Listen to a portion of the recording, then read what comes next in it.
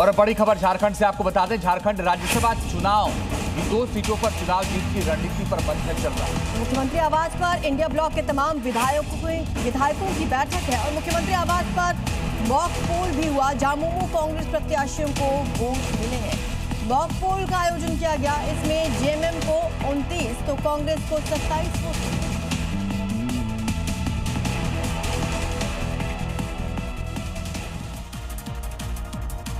और अब देखिए दिल्ली से जुड़ी 5 बड़ी खबरें। दिल्ली पुलिस की स्पेशल सेल ने पाकिस्तान समर्थित आतंकी और आपराधिक नेटवर्क का भंडाफोड़ किया। इस मामले में 7 आरोपी गिरफ्तार किए गए। जांच में हथियार तस्करी, ड्रग सप्लाई और पाकिस्तान में बैठे हैंडलर से संपर्क के बड़े खुलासे हुए। दिल्ली में गृह मंत्री अमित शाह की अध्यक्षता में किशाऊ बांध परियोजना पर सहमति बन गई है। इस योजना पर हरियाणा, हिमाचल समेत सभी राज्यों ने अपनी सहमति जताई है। इस फैसले से यमुना नदी को स्वच्छ और निर्मल बनाने में लाभ होगा। दिल्ली के कालिंदी कुंज इलाके में यमुना किनारे अवैध झुग्गियों पर बुलडोजर एक्शन हुआ। भारी पुलिस बल की मौजूदगी में नगर निगम टीम ने 300 से ज्यादा अवैध झुग्गियों को जमींदोज किया। दिल्ली में आम आदमी पार्टी के प्रदेश अध्यक्ष सौरभ भारद्वाज ने बीजेपी पर करारा हमला बोला। ओंगजोंग क्षेत्र में चल रही तोड़फोड़ और बुलडोजर कार्रवाई का मुद्दा उठाते हुए उन्होंने कहा कि 4 इंजन की सरकार इस मामले पर कुछ नहीं कर रही है।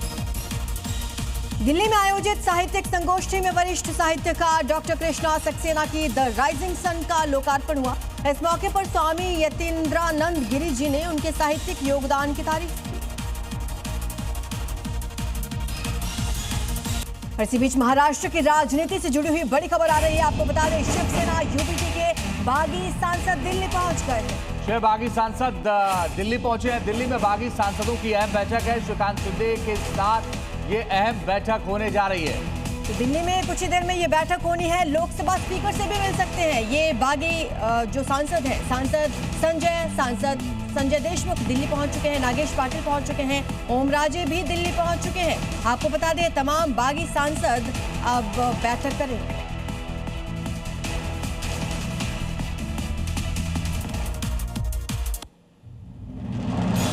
और चलिए अब आपको दिखाते हैं अब तक की 5 बड़ी खबरें।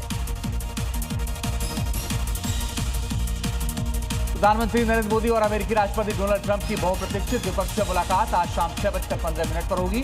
दोनों देशों के बीच व्यापार, रक्षा, ऊर्जा जैसे मुद्दों पर चर्चा की संभावना है।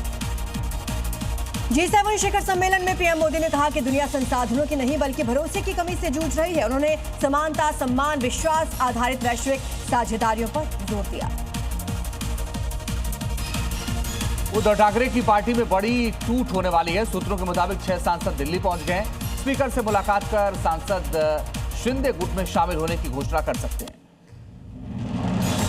कांग्रेस नेता राहुल गांधी कोटा से शिक्षा बचाओ देश बचाओ महारैली के साथ केंद्र सरकार के खिलाफ कांग्रेस के युवा केंद्रित आंदोलन की शुरुआत करेंगे। छात्रों की गूंज कार्यक्रम के जरिए राहुल छात्रों से संवाद करेंगे। झारखंड में 18 जून को होने वाले राज्यसभा चुनाव को लेकर एनडीए ने क्रॉस वोटिंग की आशंका को देखते हुए सभी विधायकों को वोटर रेजिस्ट्रेशन ब्लू में शिफ्ट कर दिया है।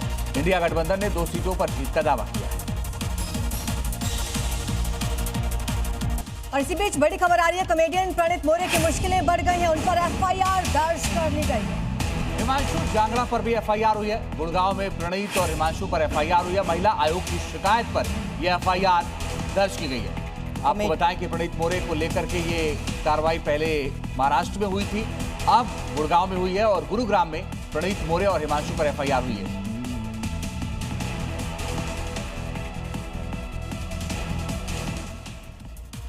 और चलिए आगे बढ़ते हैं, दिखाते हैं क्राइम अपडेट्स। यूपी के एटा में संदिग्ध परिस्थितियों में एक महिला को गोली लग गई। परिजनों का आरोप है कि पति को खाना देते समय अज्ञात बदमाशों ने महिला पर फायरिंग की। गंभीर हालत में महिला को हाई सेंटर रेफर कर दिया गया और पुलिस जांच में जुटी है।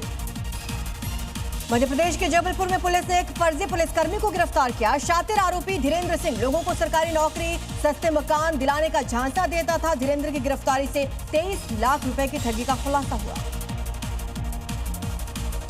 राजस्थान के धौलपुर में पुलिस बड़ी कार्रवाई कर एक दोषी को गिरफ्तार कर चुकी है। पकड़ा गया शख्स आजीवन कारावास की उसको सजा मिली, लेकिन वो फरार चल रहा था। इसके पास से एक तमंचा भी बरामद हुआ है। यूपी के गाजीपुर में विनीत राय हत्याकांड में पुलिस को बड़ी कामयाबी मिली। पुलिस ने 18 दिन बाद 2 शूटर्स को गिरफ्तार किया। अब इनामी मास्टरमाइंड की तलाश तेज कर दी गई। एमपी के गुना में पुलिस ने कार्रवाई कर शहर में 5 लाख की चोरी की वारदात का खुलासा कर दिया है। पुलिस ने महज 3 दिन में आरोपी के साथ साथ चोरी की गई चांदी भी जब्त कर ली है।